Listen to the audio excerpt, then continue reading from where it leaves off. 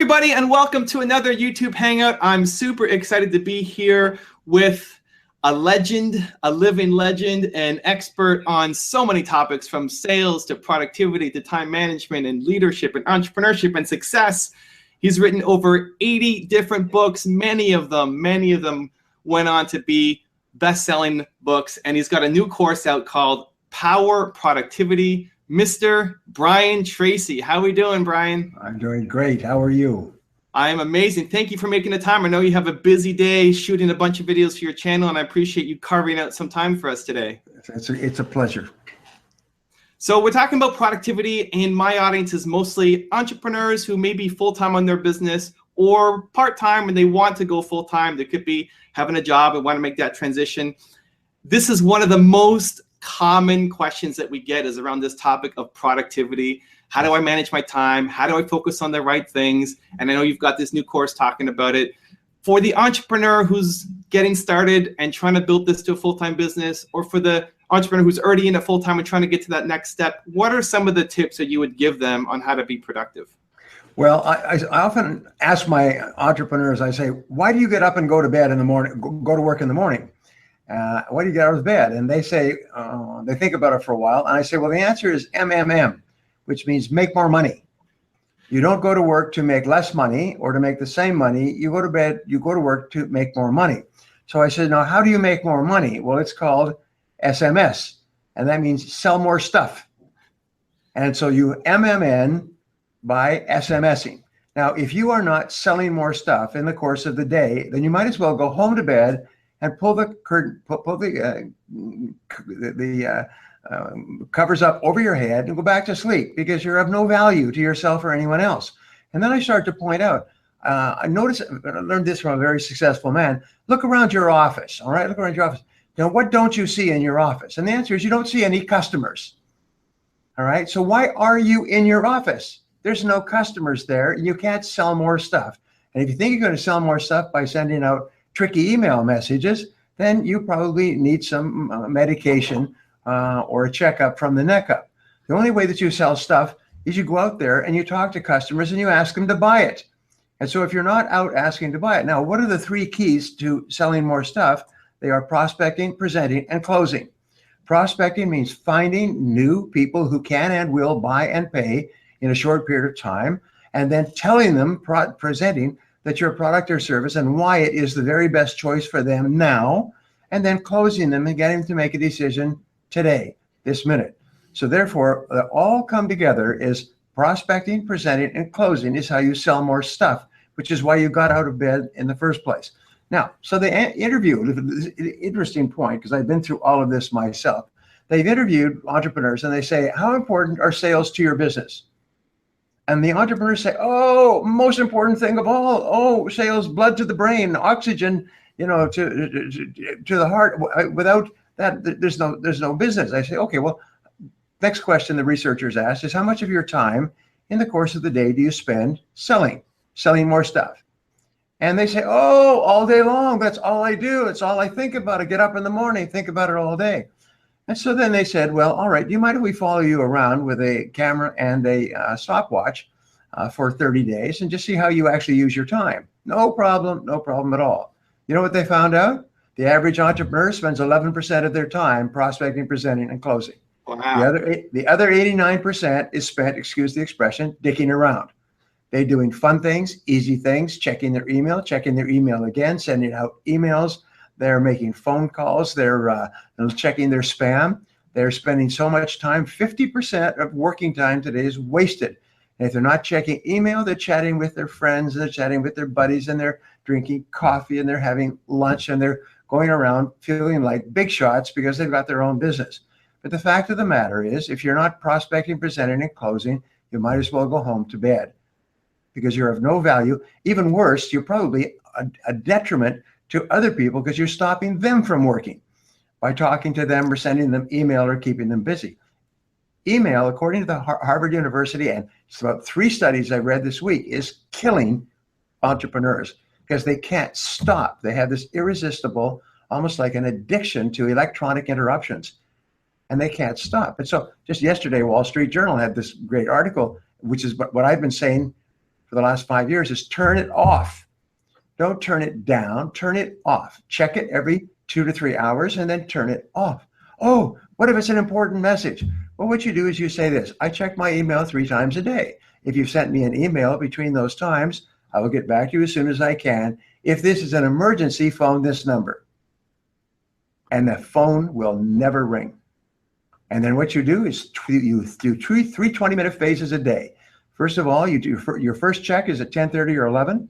You do not check your email in the morning because that immediately addicts you and you're on email all day long. So you wait till 10:30 or 11, check it once. Wait till 2 o'clock, check it again.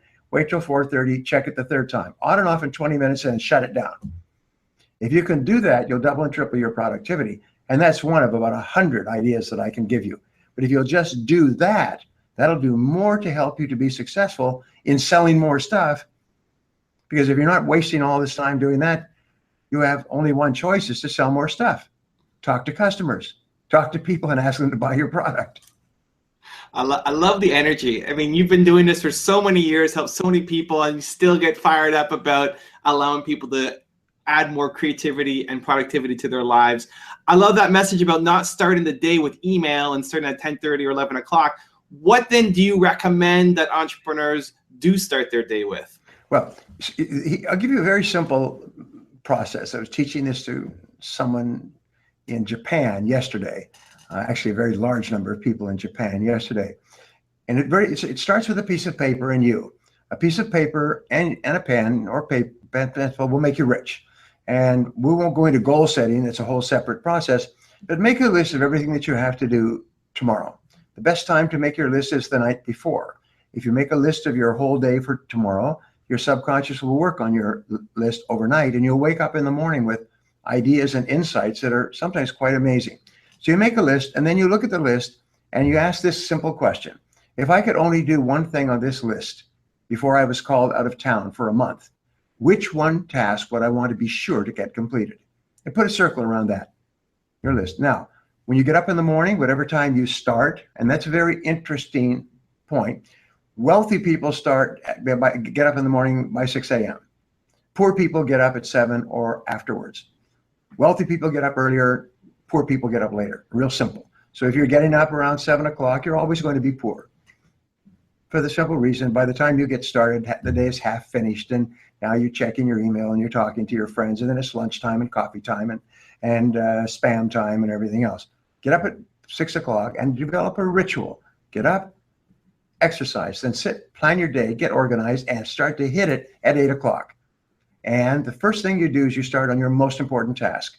And then you concentrate single-mindedly on that task. You do not turn on your email. You do not turn on your telephone. You don't do anything except that one task. And you just do this one task until it's completed.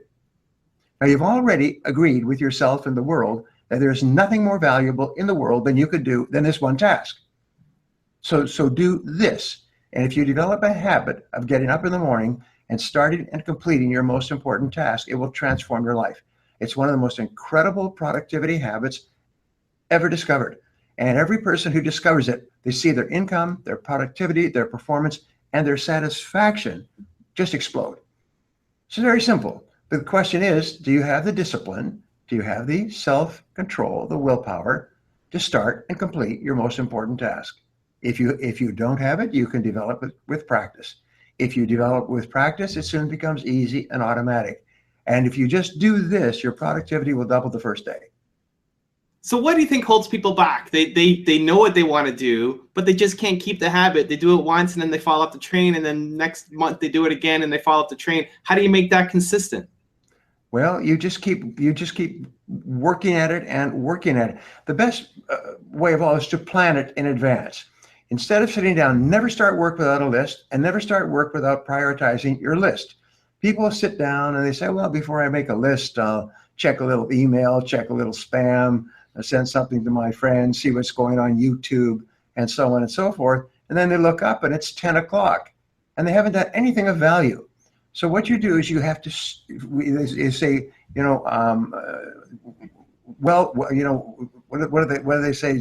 That if you start it right, it'll work out right.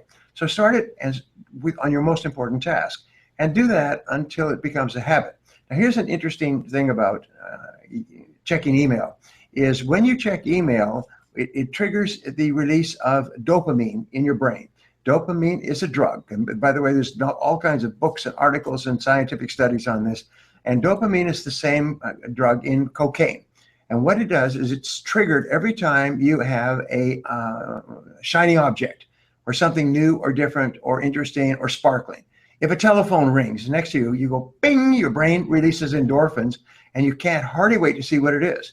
So you're talking to somebody, and you could be talking to somebody about something very serious, and your telephone goes off, bing, your whole mind goes blank. The middle of the conversation stops. You grab for your phone, you pick it up, you look at it, you check it out and everything else. And then you come back. If you're working on a task, it takes an average of 17 minutes to get back to the task. And then there's another distraction. So another 17 minutes. Average adult is checking their email and their phone between 95 and 145 times a day. That's crazy. Which means they're like attention deficit disorder dogs. They're just literally running around back and forth the whole day. At the end of the day, they're exhausted. By the way, USA Today and Harvard have proved that you lose 1 IQ point for every hour that you leave your email on. At the end of the day, you've lost 10 IQ points. You actually become stupider throughout the day, dumber. And I ask this of my audiences. I say, have you ever finished a day where you don't think you've accomplished anything? You've been on email, responding to bings and beeps and rings and so on all day.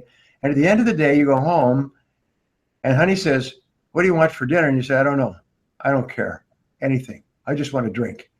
Because you're so exhausted, you cannot even decide to sit there and basically like you've just been, punched in the side of the head, because your brain is dead and you lose 10 IQ points. You get stupider throughout the day. You've got to turn that darn thing off if you want to remain sharp. Develop the habit. You say, I'm going to develop the habit and I'm going to give myself my reward, and my reward will be to check my email after I finished my first task. So all of success in life is task completion. Let me repeat that. I just had a long conversation with an entrepreneur and he almost fell off his chair. I was coaching him and he said he'd never heard that before. And then I spoke to this group I was telling you in Japan. I told them the same thing and they were just flabbergasted. Is the key to success in life is task completion. If you don't complete tasks, you have no future. And so if task completion is the key, then what you do is you complete more and more important tasks. And if you start every day by completing the most important task, your brain actually releases endorphins. Now, endorphins is another chemical, and it's only released when you do something that is life-enhancing. And what that means is when you do something that is good for you, that enhances your life, that furthers you, it makes you happy. It releases energy. It raises your self-esteem. I sort of say, if you want to be a winner, how do you be a winner? Well, you win. And winning means you cross a finish line. So if you start and complete a task, you're actually winning. And you get a feeling of being a winner, which gives you a suffusion of energy and inspiration, and it drives you and motivates you to want to get that feeling again. So how do you get that feeling again? You start and complete another task. So I've developed the habit, and people who are successful develop the habit of starting and completing tasks. So my wife comes in and says, dinner's in 5 minutes. So I look at my list and I say, okay, there's a 5-minute task. And what do I start and complete a 5-minute task? And each time you complete a task, you get a burst of endorphin. The bigger the task, the more endorphin. The more endorphin, the more quickly you become addicted to starting and completing important tasks. And every single successful person has a reputation for starting and completing important tasks. You want the job done, give it to him or her. You want the product served on time, you want the product completed, you want the product manufactured, shipped, delivered. Give it to him, give it to her, give it to that company, because they always deliver. That's the best reputation you can have if you want to get rich. Interesting. And so it sounds like the completion of the task is really important to release the chemicals, to feel like a winner, feel like you've got that off your plate. I wonder how you break it down for when you're working on a bigger project. Say you're working on a book. You've done 80 plus. You're an expert on writing best-selling books. So if part of your most important thing is, hey, I'm on a book deadline, I need to get this done. Obviously, you won't be able to write an entire book in the first 2 hours of a day. So how would you chunk it down so that you get that feeling, you want to leave feeling like you accomplished something, right? That you got something done, you checked the box. How would you break down a bigger goal for the morning? I'm assuming that everybody who is watching this wants to become rich sooner or later, and sooner is preferable. All right. The way that you become rich is you deliver results that people will pay you for. All right. Well, one of the greatest result tools in the world is called a checklist. And a checklist is very simply a list of every step in the process from step 1 to step 2 to step 3, very much like a recipe that is organized, that says this is what you do to prepare a particular dish. You do these things and you do these things and you bring out these things and you take these ingredients in this order, in this quantity and so on, and you put it all together. So some years ago, I did something which was really quite ridiculous. I wrote a book and I promoted the heck out of it. It cost me more to promote the book than I got from royalties or advances. And then after 3 months, they told me that we have no more interest in promoting your book. And I said, well, why? I mean, we're doing so well, interviews, blah, blah, blah. They said, well, after 3 months, the window closes. Is when you write a book, there's a 3-month window prior to the book coming out and 3 months after it comes out, and then it closes, we go on to other books. Your book is now is an old story. It's yesterday's news. And I said, well, geez, what can I do with that? I said, I know, I'll write a book every 3 months. And I made that decision. I'm just now working today to finish my 82nd book. Wow. It'll be finished by Friday. And all with major publishers. Everyone is published by major publishers, no self-publishing. And I'm talking about Simon & Schuster and Wiley, and I have just published 4 books with the biggest publisher in the world, Penguin Random House, and they came to me and asked for the book. So a person says, well, how do you write a book? I say, I take out my checklist, and I say, the first thing I need to know, we need to agree on the subject, all right? And I only write on a subject that I put in hundreds of hours of research and experience. The second thing we need to know is when is the drop dead date? When do you plan to publish the book, release the book, and when do you have to have it in your hands, which is usually fully 6 months before the book is published. Okay, so I work back from there, and then I've got a checklist. Now I know what the subject of the book is, when the book has to be in the hands of the publishers, and then I work all the way back to step 1. And step 1, and by the way, anybody who wants this, just go onto my website, briantracy.com, and just say Brian's checklist for writing. It's free. And it's 20 points, because people kept asking me, how do you write so many books? I've written now 4 or 5 books a year for 20 years. And now I say, well, I'm out of it now. I'm done. This last 2 months, I've gotten requests for 5 books for 2017 from this publisher and that publisher, and one other publisher wants 2. And I said, geez, I said, we're going to take a break. No, we want the books because these books sell. They just kind of tumble over each other. One sells and the second sells. So here's the formula. Just simply download the formula like a recipe, follow the formula. It takes tremendous discipline to write a book. You can appreciate this because you've written your book, your one word. I said, writing a book is like digging a ditch to the horizon. Can you picture that? It's like, in other words, you just work and you lift up your head and all you can see is the horizon. You put your head down, you work and work and work. You look up, it's still the horizon out there, hour after hour after hour. But you got to get started. Well, I'm going to check out the checklist. It took me 2 years to get this thing out, so I'm envious to get a new book out every 3 months. Maybe that list will help me too for the next version. Thank you for the tips. I'm looking at your new course, your Power Productivity course that you're selling online. You have this training for, I guess, anybody who wants to be more productive. I'm really intrigued by the first lesson, which is priming your mind for success. And I know that's something you talk a lot about, having the mindset for greatness, a mindset for success. Can you talk about that, how it relates to entrepreneurs and how it relates to being productive, the mindset for success? Well, many years ago, I met a fellow who's an entrepreneur like us, very successful. But I knew that for several years, he had been just kind of drifting through his career and suddenly took off. I mean, he was just booming. His personality was completely different. He was starting early, working harder, staying later. He was up, he was positive. His income had gone over $100,000. And in another 2 years, it was over $200,000. And he was smoking.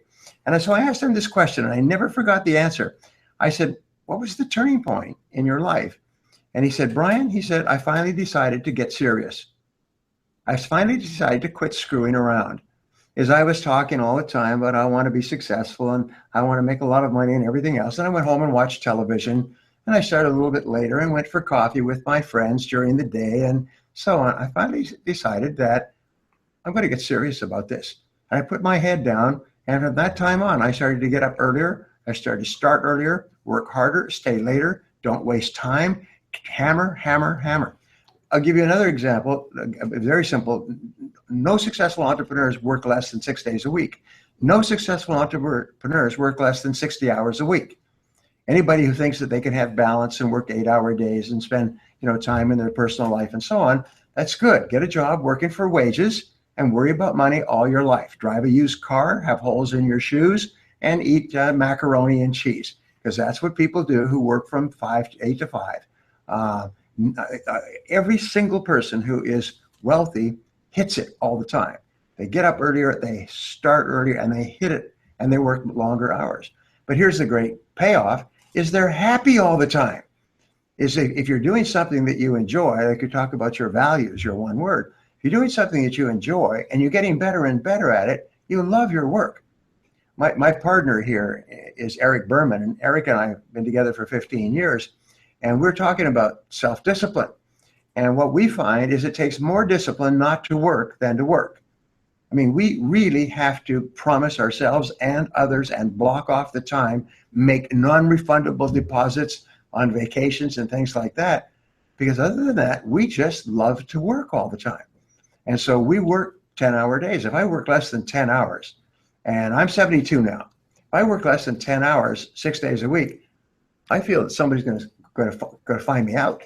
They're going to take me away for defaulting on my responsibilities. And so it's really important. And if you are working on something that you enjoy and you're making progress, it gives you a steady flow of energy. You'll find that the successful entrepreneurs are happy all the time. They're just smiling all the time. They just love what they do and they want to do more of it. Now, the other thing is this, which is one of the things that we teach in maximum productivity, is that you've got to get better and better at what you do. This has to be like breathing in, breathing out. All successful people, again, studying the habits of self-made millionaires, they invest at least an hour a day in reading in their field. I spend 3 hours a day reading. I've done that for 50 years or more.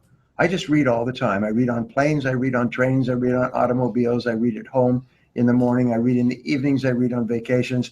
As you look at my house, I've read more than 6,000 books and more than 100,000 articles. When I just got a call from a publisher saying, we don't have a book from you for next year. Can you write us a book? And I said, well, what kind of a subject would you like? Well, what would be a good subject? And they came up with the idea, get on with it. Something like, overcoming resistance, procrastination, lack of willpower, something like that. And I said, okay, I could write on that subject. I read on it all the time. So I could sit down, I could write a book on that subject. So what's your drop dead date? And I've got a drop dead date. I think it's March 31st or something like that. And so, okay, March 31st, I can work back. I'll have the book in your hands on time. It'll be released by the end of the year. But the thing is, I'm constantly taking in new information.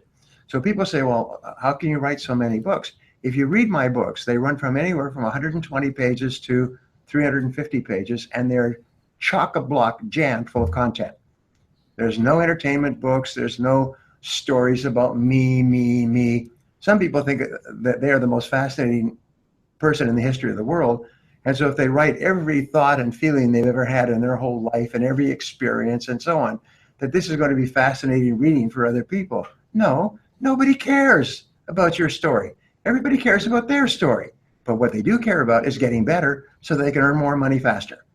So if you want to have a successful book, write a book that gives people tools that enable them to get better results faster and easier and make more money. And people will buy the book by the thousands and tens of thousands, and in my cases, by the millions. It's not a mystery. I love it. I love your curiosity. And before we went live, and we were kind of the green room getting set up, the very first thing you asked me was, is that your book? And you had the curiosity to ask me about the book and what it's all about. And I love it. Reading that many hours a day is impressive. And I've got a good book for you to read if you want to add one to your list for a daily read. Well, this morning I got an ad from Amazon before I came down here to talk to you, and it was the 12 best articles by Harvard Business Review. Best most practical articles on business success, condensed into a single book, $14.95. And what I do is I automatically click buy. When I see a good book, imagine 12 of the best articles from Harvard Business Review for 2016. What if there's one idea in one of those articles that saves me a year of hard work or doubles my income? So I don't say, oh, it's this $14.97 and blah, blah, blah, blah, blah. I just go click. If you see a good book or a good article or a good magazine with a good article in the magazine, buy it automatically. Don't even hesitate, because my friend Jim Rohn used to say, it's not the cost of the book, it's the cost to your life of not knowing what's in that book. It's the cost to your life. Many people have become rich as a result of a single book. I was meeting for 4 hours just late last week, and this man bought the book Think and Grow Rich by Napoleon Hill when he was about 20 years old. No high school, 20 years old, salesman, not a good salesman. He read the book and he read it. And he read the book and it changed his life. He started a business and another business. He said he read the book every single year for the last 50 years, and he made $1 million every time he read the book. And that $1 million added to another $1 million. He's worth $740 million today. He said, and he reads the book every single year, and every year he makes another $1 million, which goes onto the pile, goes onto the pile and onto the pile. And I've heard that kind of a story forever. One book can make you rich. My book, Maximum Achievement, he said he read Maximum Achievement. He said it was better than Think and Grow Rich. He wished he'd had it 20 years before. Because in your book, the one word may give a person one insight, one idea about what they're doing or not doing that could change their whole lives. But if you don't read it, it's not possible for you to be exposed to that idea. I love it. Well, you're getting tons of love in the live chat. Best You Pro is saying he loves all your book. They offer great tools. Andy is saying, thank you for sharing. Brian is my hero. Marty is saying, I have a lot of respect for Brian and Evan. So this is great, offering a ton of value. One of the sections in your Power Productivity course really struck me. It's lesson 8, which is you are responsible.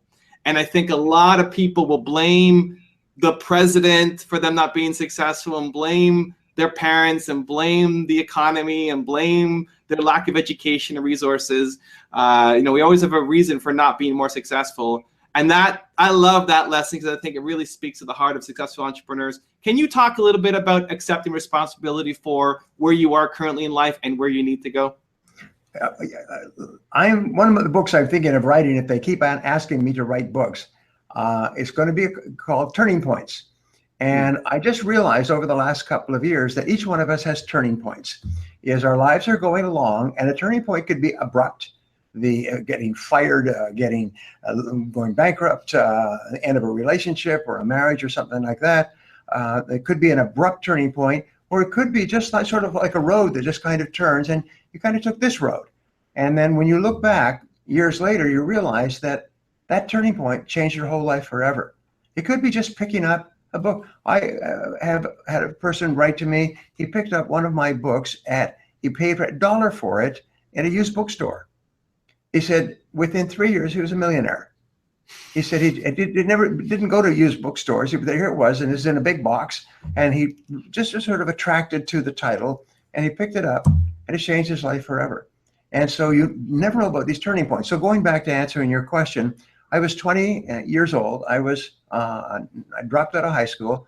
I was working on a construction job. I lived in a small apartment. It was 35 degrees below zero Fahrenheit outside. I had to take 3 buses. I had to get up at 5 in the morning and take 3 buses to my construction job. And then I had to take 3 buses back. I get back about 7:30, and I didn't have any money because it cost me everything I was earning as a construction laborer, carrying heavy stuff, to live. And I'm sitting there in got a little kitchen and a little bedroom. The bedroom and living room were the same one. I'd have to open up a couch to sleep and close it up so I could turn around. And I had a bathroom that was about as big as a telephone booth. So here I am sitting there, and it's cold as blazes, and I've got no money, and I've got no television.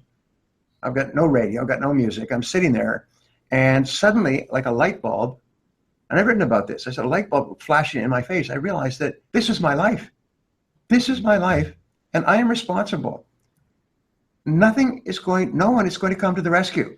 Nothing is going to change for me unless I change. It's nothing, nobody cares. I was 2,000, 3,000 miles from my parents, and I wasn't going back, unemployed, no money. I'd gotten my old car, and I drove it through an intersection, and somebody was drunk and came and just ruined the car. And the car wasn't savable anyway. It was about a $50 car at that time. So now I couldn't even drive my old junker.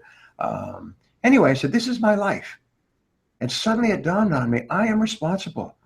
I am responsible. I am responsible. And that changed my life forever. Talk about a turning point.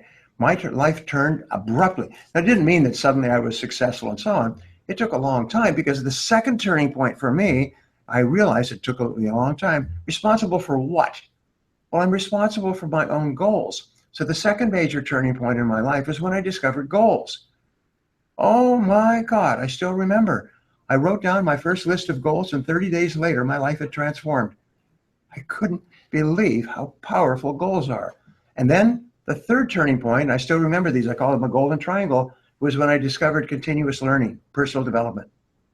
That you could learn anything you needed to learn to develop any skill you needed to achieve any goal you could set for yourself. Those three turning points made my life. And then years and years later, funny, Stephen Covey became a friend of mine. I wrote the introduction testimonial for his book, 7 Habits of Highly Effective People. And if you look at Stephen Covey, his first chapter is take charge, accept responsibility. Jack Canfield is a dear friend of mine who wrote the Success Principles. First chapter, accept responsibility, take charge of your life. You'll find that the smartest people who have ever examined success say, without taking responsibility, nothing can happen. But when you take responsibility, which means no excuses, no blaming, no criticizing, no complaining, once you take responsibility, your future is unlimited. Question, it makes me happy every time I think about that moment when I realized I am responsible.